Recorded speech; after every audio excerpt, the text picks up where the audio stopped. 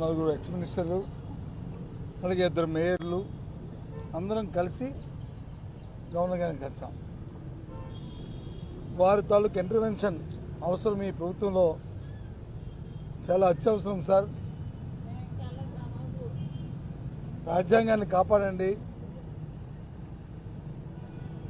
రాజ్యాంగం తాలూకు స్పిరిట్ ఏదైతే ఉందో దాన్ని మీ ప్రభుత్వంలో అమలు జరిపేటట్లు చూడండి అని చెప్పి వారికి రికమెండేషన్ ఇచ్చాం. సాక్షాత్తు మీ పత్రికలన్నీ కూడా చూశాయి, టీవీలు అన్నింటిలో కూడా రాశారు. రీసెంట్గా ఈ మధ్య ముఖ్యమంత్రి గారు నెల్లూరు వెళ్ళి గంగాధర్ నెల్లూరులో ఆయన మాట్లాడిన మాటలు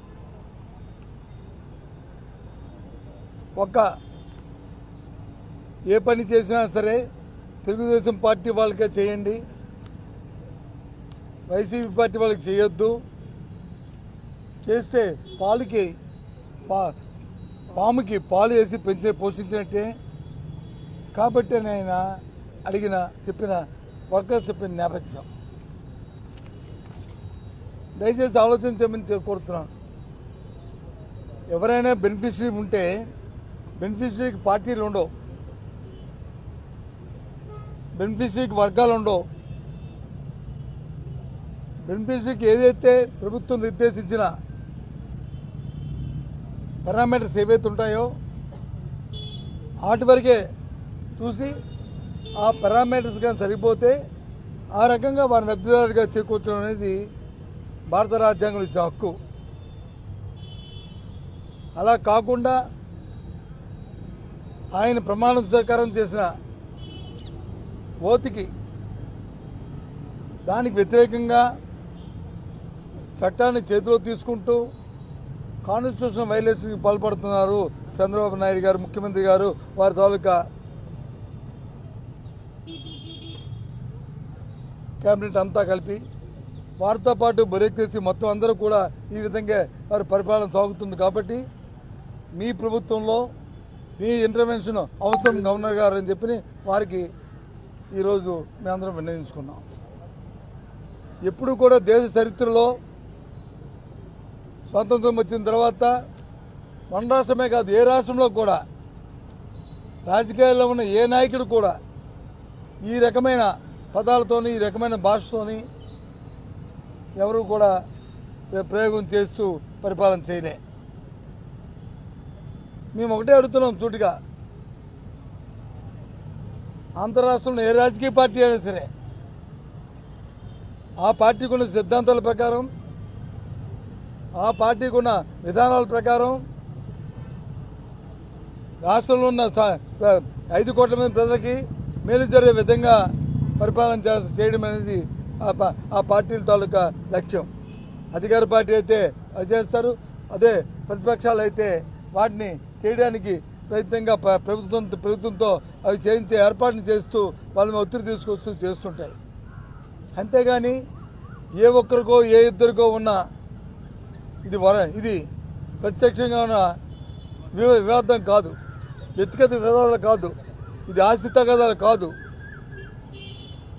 ఇది వ్యక్తిగతమైన తగాదాలు కాదు. ఇవి ఆ ఫండమెంటల్ వాల్యూస్ని పక్కన పెట్టి, ఆ ఫండమెంటల్ ఇష్యూని పక్కన పెట్టి ఇవాళ ఈ రకంగా మాట్లాడడం అనేది, రాజ్యాంగ భద్రమైన వ్యక్తులు మాట్లాడడం అనేది చాలా దురదృష్టకరమైన విషయాన్ని మరి గవర్నర్ గారి దృష్టికి తీసుకొచ్చాం.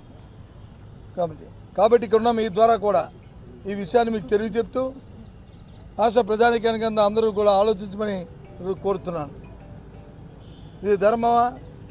పేదవాడికి వచ్చి పార్టీ అంటుకొట్టి వాడికి ఇబ్బంది పెట్టడం అనేది న్యాయమా?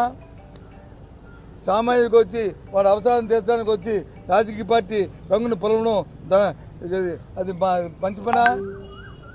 ఇది కాదనే విషయాన్ని మీ ద్వారా చెప్తూ ఏది అయినప్పటికీ ఇన్ని మాటలు చెప్పినా ఎన్ని చెప్పినా మేము ఒక ప్రతిపక్షంగా వైఎస్ఆర్సీ పార్టీ మా ధర్మాన్ని మేము నిర్వర్తిస్తూ ఎన్ని అయినప్పటికీ కూడా మేము పోరాటం చేస్తూ ఈ రాష్ట్రంలో సామాన్య ప్రజల తాలూకా రైతుల తాలూకా రైతు కూలీ తాలూకా మనుగడే ముఖ్యంగా ప్రభుత్వం ఇచ్చిన హామీల్ని ప్రభుత్వం చేస్తున్న హామీల్ని నెరవేర్చే దిశగా వాళ్ళ మీద ఒత్తిడి తీసుకొచ్చి వాళ్ళ మెడలు వంచే కార్యక్రమాలు చేయించడానికి మా ప్రయత్నం చేస్తుంటాం. ఎన్ని ఆహ్వానాలు వచ్చినా ఎన్ని వచ్చినప్పటికీ కూడా మా వంతు మేము నమ్మిన సిద్ధాంతాన్ని నమ్మి మేము ముందుకెళ్తామనే విషయాన్ని కూడా మీ ద్వారా రాష్ట్ర ప్రధానికి తెలియజేస్తాం. ఏందండి